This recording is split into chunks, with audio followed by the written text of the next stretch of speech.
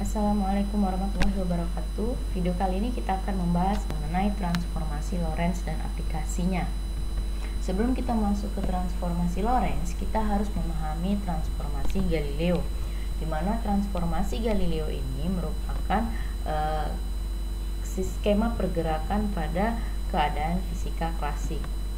Nah, kata transformasi Galileo, jika S merupakan kerangka acuan dan benda bergerak menjadi S-aksen, menjadi kerangka acuan yang bergerak. Jika S-aksen ini bergerak terhadap sumbu X positif dengan kecepatan F relatif terhadap S, maka akan berlaku panjang lintasan atau X-nya sama dengan X di sini sama dengan X-aksen ditambah V T-aksen. Dan sedangkan sumbu Y-nya akan bernilai Y-aksen dan Z-nya akan bernilai Z-aksen, di mana nilai T menjadi T-aksen. Nah, kerangka acuan ini berlaku jika S-aksen bergerak ke arah X positif. Jika kerangka ini bergerak ke arah X negatif, maka tanda positif berubah menjadi negatif pada persamaan ini. Nah, contohnya, diketahui jalan raya yang sejajar dengan rel kereta api pada arah utara-selatan, mobil Agung bergerak ke utara dengan laju 120 km per jam terhadap jalan, sedangkan motor Budi menuju ke selatan dengan laju 60 km per jam. Chandra naik kereta juga bergerak ke utara dengan kelajuan 100 km per jam terhadap stasiun. Tentukan A. kecepatan Agung terhadap Budi, B. kecepatan Budi terhadap Chandra, C. kecepatan Chandra terhadap Agung. Nah, yang perlu kita pahami di sini adalah arah pergerakan antara si Agung dan si Budi.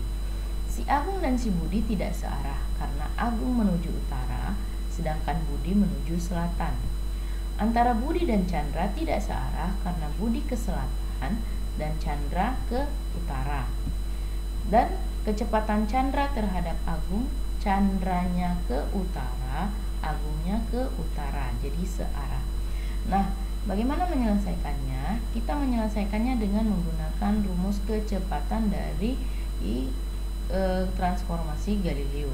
Vx sama dengan Vx aksen ditambah V. Nah, untuk yang A, Vx-nya kecepatan relatif Agung terhadap Budi.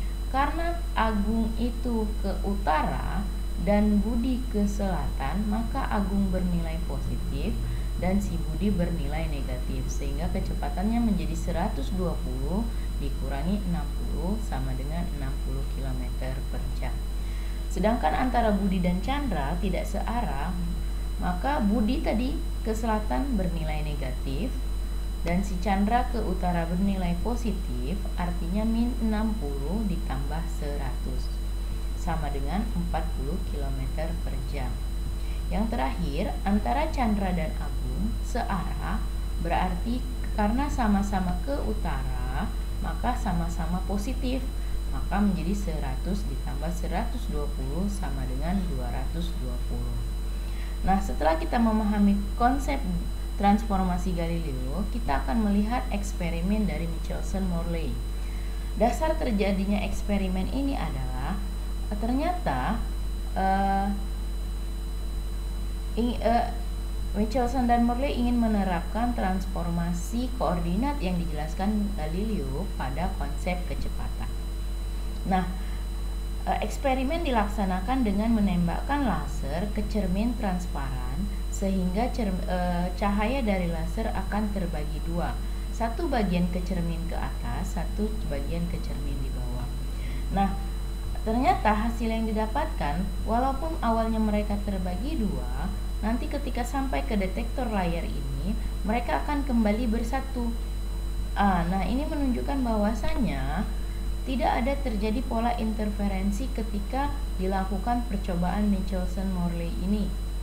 Sehingga disimpulkan berikutnya, ternyata di udara kita ini tidak ada cahaya tidak memerlukan ether untuk melakukan proses perambatan. Yang terakhir, ternyata kecepatan cahaya itu bernilai tetap melihat dari bahwa kembalinya cahaya itu bersatu di detektor layar. Nah, Kemudian selain itu ada postulat Einstein yang menyatakan dua buah postulat. Yang pertama, semua hukum fisika mempunyai bentuk yang sama pada semua kerangka acuan yang inersial. Artinya hukum-hukum fisika berlaku. Yang kedua, postulat kedua, kecepatan cahaya di ruangan hampa bernilai tetap, yaitu 3 kali 10 pangkat 8 meter per sekon. Tidak tergantung pada kecepatan pengamat maupun sumber cahaya tersebut. Artinya, tidak akan ada benda yang memiliki kecepatan melebihi 3 kali 10 pangkat 8 meter per sekon. Nah, dari pernyataan eksperimen dan postulat Einstein ini, maka transformasi Galileo tidak bisa menjawab keadaan untuk pergerakan yang bergerak mendekati kecepatan cahaya, sehingga maka diperlukan sebuah formula untuk menjelaskan konsep tersebut. Maka muncullah transformasi Lorentz, di mana konsep transformasi Lorentz sama seperti Galileo pada awalnya, ada sebuah kerangka acuan S bergerak terhadap sumbu S aksen, sehingga kerangka acuan itu menjadi S aksen. Bedanya nanti variabel-variabel yang terjadi pada transformasi Lorentz berubah, di mana X aksennya menjadi X dikurang Vt per akar 1 kurang V per C kuadrat. Nah, di sini sudah masuk unsur kecepatan cahaya. Nilai Y aksen sama dengan Y, Z aksen sama dengan Z. Dan nilai T aksennya berubah menjadi T dikurang V per C kuadrat X per akar 1 kurang V per C kuadrat. Nah, jika nilai X dan nilai T ini kita masukkan ke persamaan V sama dengan dx dt, maka akan didapatkan kecepatan formulasi Lorentz, di mana disebut sebagai kecepatan relativitas, di mana PAD sama dengan kecepatan relatif A terhadap B sama dengan kecepatan relatif A terhadap C ditambah kecepatan relatif C terhadap B dibagi dengan 1 ditambah kecepatan relatif A terhadap C dikali kecepatan relatif C terhadap B dibagi C kuadrat, di mana C di sini adalah kecepatan cahaya. Contoh, sebuah pesawat terbang bergerak dengan kecepatan 0,8 C relatif terhadap bumi menembakkan roket dengan kecepatan 0,6 C. Berapakah kecepatan roket tersebut menurut pengamat yang di bumi? Maka dapat diselesaikan dengan diketahui bahwa kecepatannya sama dengan 0,8 C relatif terhadap bumi. Kecepatan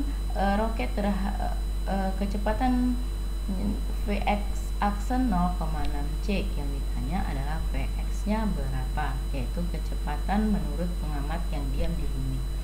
Maka Vx sama dengan Vx aksen ditambah V dibagi 1 tambah V kali V aksen per C kuadrat, seperti berikut ini. Sehingga nanti hasil akhirnya kecepatan relatifnya 0,946 C. Jika kita menggunakan rumus Galileo, maka kecepatan relatif kita jumlahkan 0,8 tambah 0,6, hasilnya adalah 1,4 C. Nah, itu bertentangan dengan postulat Einstein bahwa tidak mungkin ada benda bergerak melebihi kecepatan cahaya. Sehingga maka berlakulah hukum transformasi Lorentz pada benda yang memiliki kecepatan mendekati kecepatan cahaya. Selanjutnya, ini ada 3 buah soal mengenai kecepatan relatif. Boleh dilihat, bisa dikerjakan. Apabila ada pertanyaan, boleh ditanyakan.